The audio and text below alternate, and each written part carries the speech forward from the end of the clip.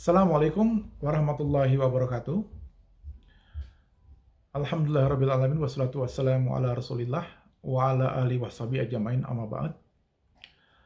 Para syekh dan syekhah, para penghafal Al-Quran, para qari membaca Al-Quran yang saya muliakan, saya diminta oleh Kakanda Kiai Haji Syaifullah Maksum untuk menyampaikan sepatah dua patah kata. Tentu saja saya tidak layak untuk berbicara di depan para syekh dan syekhah semua, karena mungkin kalau ngaji saya ini masih kelas juz amma, masih Quran kecil, belum masuk ke Quran besar. Namun karena saya tidak mampu menolak permintaan dari Kiai Haji Syaifullah Maksum, jadi saya sampaikan rekaman ini, mudah-mudahan ada manfaatnya. Berbicara mengenai Al-Quran, kita tahu bahwa Al-Quran tidak turun pada ruang yang hampa. Al-Quran sangat akrab dengan keseharian Nabi dan umat. Salah satu pendekatan yang luar biasa dari Al-Quran, yaitu digunakannya metode dialog dalam menyampaikan pesan. Karena itu Al-Quran itu boleh dibilang dalam bahasa anak sekarang bagaikan talk show antara Nabi Muhammad dengan para sahabat yang kemudian direkam dan dilestarikan di dalam Al-Quran. Selama proses turunnya Al-Quran berangsur-angsur 22-23 tahun itu, kita mendapati selain ayat-ayat hukum, juga banyak sekali berbagai problematika dan persoalan yang dijawab oleh Allah lewat medium Al-Quran.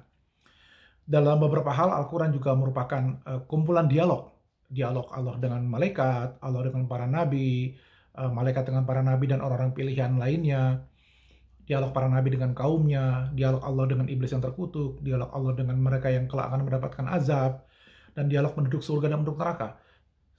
Pendekatan dialog-dialog ini terekam dengan baik di dalam Al-Quran, dan ini merupakan salah satu karakter Al-Quran dan salah satu pendekatan untuk berdakwah, di mana dakwahnya tidak monolog tetapi berlangsung dalam dua arah. Kita dapati juga respon Al-Quran terhadap pertanyaan-pertanyaan ataupun problematika yang muncul sebagai interaksi antara Nabi Muhammad dengan penduduk Mekah dan Madinah. Dan lebih dahsyat lagi, lewat Al-Quran, Allah menggunakan ayat-ayatnya sebagai medium berdialog langsung dengan kita semua. Allah menggunakan pertanyaan untuk memulai dialognya dengan kita semua, itu pun dengan berbagai varian diksi yang luar biasa. Misalnya, kita tahu ada sejumlah ayat, sampai 15 kali diulang ayat yang menggunakan diksi yas'alunaka. Mereka bertanya kepada engkau, misalnya yas'alunaka anil khamri wal maisir, yas'alunaka anil ruh, yas'alunaka anil mahid, yas'alunaka anil ahillah, yas'alunaka anil yatama, dan seterusnya. Kita perhatikan bagaimana dialog Nabi dengan kaumnya itu diambil alih oleh diambil alih oleh Allah, dan kemudian Allah langsung memberi jawabannya. Di samping diksi yas'alunaka, ada juga diksi ma'adroka yang terulang 13 kali. Mayoritas atau 10 diantaranya itu mempertanyakan tentang sesuatu yang luar biasa, sesuatu yang hebat, sesuatu yang dahsyat tentang hari kemudian. Wa ma'adroka mal qari'ah, ma'adroka ma yaumul fasl, dan sebagainya. Jadi ini semuanya adalah peristiwa yang di luar jangkauan akal kita, dan kemudian Allah memilih model dialognya dengan menggunakan frase ma'adroka.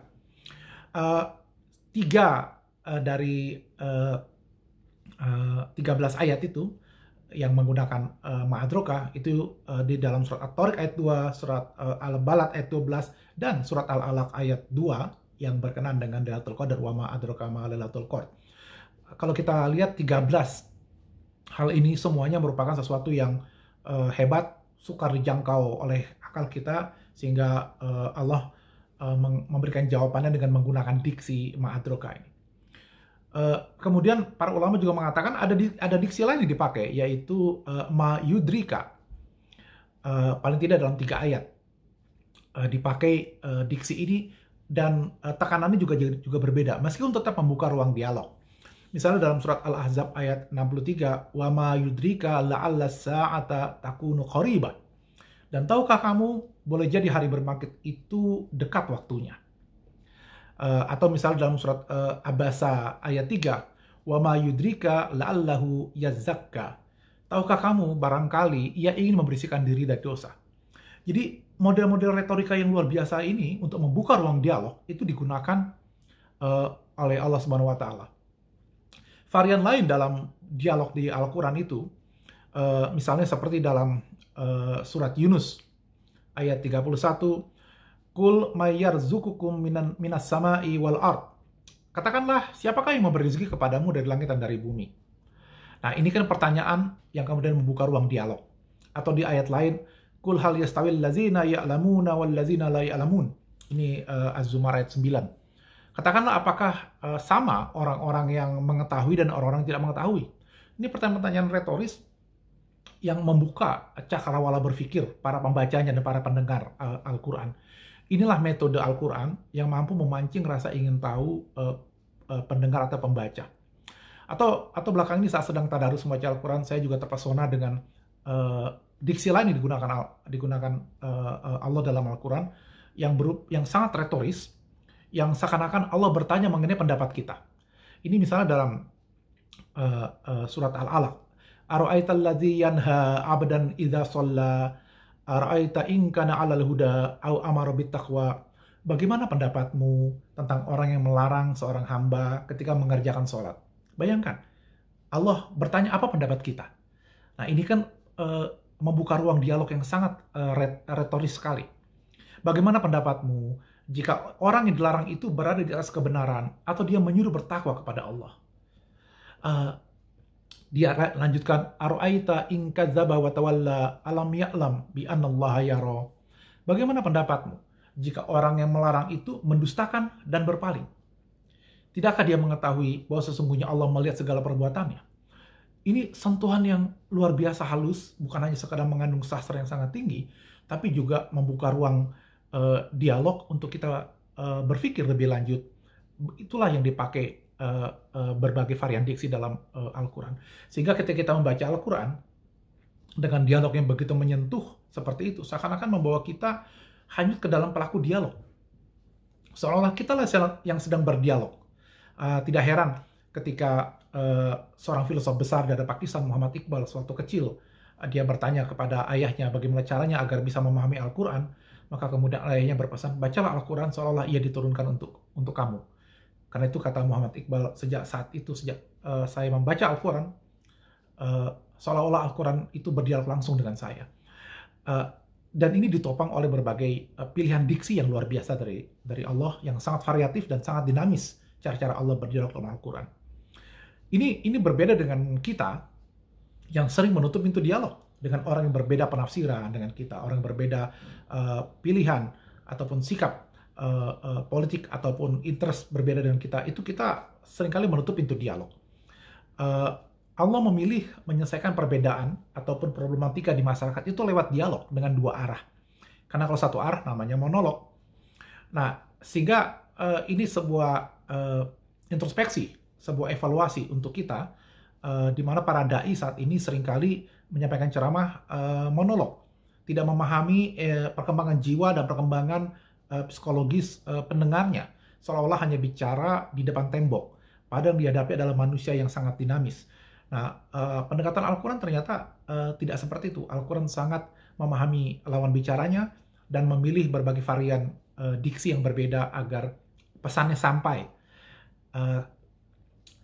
Sepeninggal Nabi, karena Nabi sudah wafat dan wahyu sudah berakhir, dan tidak ada lagi Nabi setelah Nabi Muhammad SAW, dan Islam sudah tersebar ke seluruh penjuru dunia, maka para ulama terus mencoba menawarkan jawaban agar interaksi akrab antara Al-Quran dengan umat ini terus berlangsung. Inilah tantangan para penghafal Al-Quran dan para pembaca Al-Quran, serta para mufasir saat ini. Bagaimana caranya agar dialog Al-Quran dengan umat terus berlangsung, meski wahyu sudah terhenti. Bagaimana caranya kita mengkontekstualisasikan metode dialog Al-Quran dalam menjawab tantangan zaman. Tentu para syekh dan syekhah di sini yang lebih pantas menjawabnya, bukan saya yang masih level juz amma ini. Namun yang bisa saya sampaikan adalah adanya peringatan dari Imam Al-Qurtubi. Ini pengarang tafsir Al-Qurtubi ini dalam muqaddimah kitab tafsirnya menjelaskan adanya corak penafsiran Al-Quran yang harus dihindari. Salah satunya adalah menafsirkan sesuai dengan keinginan sendiri. Ini kalau saya baca teks dari tafsir Al-Qurtubi, wa innaman nahyu yuhmalu ala ahadi wajhaini. Ahaduhuma ayyakuna lahu fi syai'in ra'yun wa ilaihi mailun min tab'ihi wa hawahu. Fayata'awwal al-Qur'ana ala wafqi ra'yihi wa hawahu liyahtajja ala tashihi gharadihi. Walau lam yakul lahu zalikar ra'yu wal hawa lakana la yaluhu lahu minal Qur'ani zalikal makna. Sungguh sebelum memberi tafsiran, mereka itu ternyata sudah punya opini sendiri. Lantas berdasarkan opininya, mereka buka Al-Quran dan tafsirkan sesuai dengan opininya. Opini yang sudah terbentuk sebelumnya. Ini namanya memaksa tafsiran Al-Quran agar cocok dan sesuai keinginan sendiri. Ini berbahaya menurut Imam Al-Qurtubi. Dengan kata lain, mereka bukannya menjadikan Al-Quran itu sebagai sumber inspirasi, yang malah mereka mencari-cari justifikasi pemahamannya sendiri lewat ayat Al-Quran. Lantas kemudian dia mengklaim bahwa pendapatnya itu seolah-olah cocok dengan Al-Quran. Ini bisa kita lihat terjadi dari gaya cocokologi yang marak belakangan ini, khususnya yang berkenaan dengan suasana politik praktis. Imam Qurtubi menjelaskan lebih jauh, wa dzalika iza kanatil ayatu muhtamalatan fayamilu fahmuhu ilal wajhil ladzi yuwafiqu ghoradahu wa yurajjihu dzalikal janiba bi ra'yihi wa hawahu. Fayakunu qad fassara bi ra'yihi ay ra'yuhu hamalahu ala zalika tafsir. Nah, ini penting. Ay ra'yuhu hamalahu ala zalika tafsir walaula ra'yuhu lama kana yatarajjahu indahu zalikal wajh. Kadang kandungan ayat bisa sejalan dengan apa yang dia pikirkan sebelumnya. Lantas dia memilih penafsiran tersebut. Kalau bukan karena opini yang telah terbentuk sebelumnya, dia nggak akan memilih penafsiran itu. Jadi karena kebetulan cocok, ya diambillah tafsirannya. Jadi bukan karena memang kekuatan argumen dari tafsiran itu, tapi karena cocok saja diambillah sama dia. Mungkin dia akan pilih penafsiran yang lain yang lebih sesuai dengan hawa nafsu dan kepentingannya. Nah, ini kan jadi ngeri kita. Jadi kita memilih penafsiran itu sesuai dengan kepentingan kita, sesuai dengan maunya kita, bukan sesuai dengan kaidah-kaidah kebahasaan, bukan sesuai dengan ilmu tafsir dan kaidah-kaidah tafsirnya. Ini tantangan yang harus kita hadapi, dan ini yang sikap penafsiran yang harus dihindari. Satu sisi kita ingin Al-Quran menjadi kontekstual, Al-Quran menjadi sesuatu yang hidup di masyarakat, di mana dengan metode dialog yang sudah dikembangkan oleh Al-Quran itu sendiri, kita bisa terus berdialog dengan Al-Quran untuk mencari jawaban terhadap problematika yang kita hadapi. Tapi bukan dengan mencari-cari jawaban yang kita pilih sendiri, baru kemudian kita cari cantolan di ayat Quran dan hadis agar sesuai dengan pendapat kita. Ini dua hal yang berbeda. Demikian yang bisa saya sampaikan, lebih kurangnya saya mohon maaf. Yang jelas di dalam Al-Quran, Allah telah menggunakan beragam teknik berdialog yang bukan saja mempesona kita dengan retorika yang memikat, tapi juga disesuaikan dengan lawan bicaranya. Dialog yang membuat kita berpikir, dialog yang membuat kita menghela nafas panjang, merasakan dan meresapi sentuhan maknanya. Dan tiba-tiba kita tercekat kerongkongan kita dan kita berkaca-kaca mata kita membaca ucapan salam dari Allah dalam dialognya. Salamun qaulam mir rabbir rahim. Sekali lagi mohon maaf apabila ada kehilafan, kesalahan. Maklum saya baru di level juz amma. Terima kasih atas perhatian para syekh dan syekhos sekalian. Mohon menyertakan nama saya dan keluarga dalam doa-doa para masai sekalian di bulan suci ini. Semoga kita semua kecipratan barokah Al-Quran di bulan suci ini. Wallahul muwaffiq ila aqwamit thoriq. Wassalamualaikum warahmatullahi wabarakatuh.